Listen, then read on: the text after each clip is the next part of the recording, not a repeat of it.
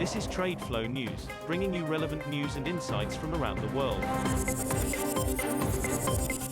Trade Flow News, enabling trade for SMEs and economies worldwide. These are some of the key topics that we will be looking into in today's program.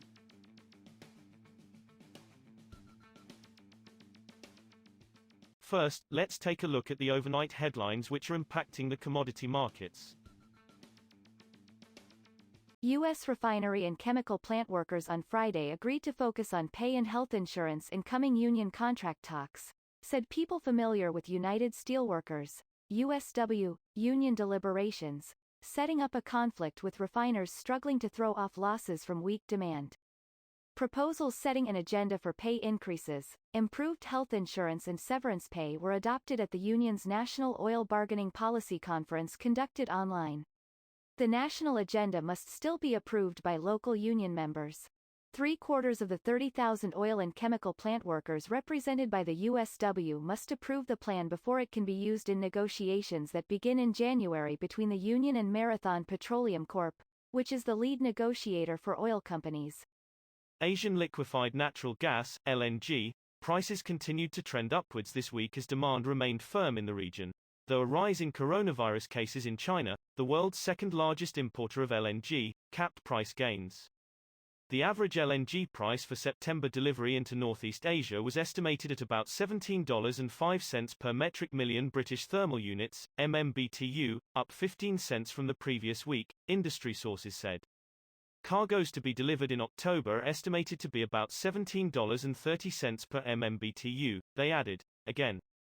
Moving on to the top news in the energy sector. South Korean and Chinese refiners have snapped up at least 5 million barrels of U.S. Mars crude loading in September, taking advantage of lower prices in recent weeks, industry sources said. The purchases could lift in September the volume of U.S. crude loading for Asia, up from a 4-year low in the previous month when strong U.S. crude prices curbed exports, Refinitiv Econ data showed. Other grades such as West Texas Intermediate, WTI, and West Texas Light, WTL, that regularly head east are also being booked for Asia, the sources said. Oil prices dipped on Friday and ended the week little changed after weathering concerns from banks and the International Energy Agency that the spread of coronavirus variants is slowing oil demand. Global oil benchmark Brent crude settled down 72 cents, or 1%, at $70.59 a barrel for the session. U.S. West Intermediate crude settled down 65 cents at $68.44. For the week, Brent fell less than 1%, after dropping 6% last week, its largest week of losses in 4 months. Last week WTI slumped nearly 7% in its biggest weekly decline in 9 months. Next, we have the top news in metal markets. Copper prices rose on Friday as the dollar weakened after a sharp drop in U.S. consumer sentiment fed views that the Federal Reserve could hold off on tapering stimulus in the world's largest economy. Benchmark copper on the London Metal Exchange, LME, rose 1.3% higher to $9,587 per ton by 16:10 GMT, and was on track to end the week higher after shedding 2.7% last week. The University of Michigan survey showed U.S. consumer sentiment fell to its lowest level in a decade as Americans gave faltering outlooks on everything from personal finances to inflation and employment. Gold rose more than 1% on Friday after a survey showing that U.S. consumer sentiment dived in early August calmed investor concerns over an early tapering of the Federal Reserve's asset purchases. Spot gold rose 1.4% to $1,776.21 per ounce by 1:44 p.m. Eastern Daylight Saving Time, 17:44 GMT. U.S. gold futures GCV1 settled 1.5% up at $1,778.20.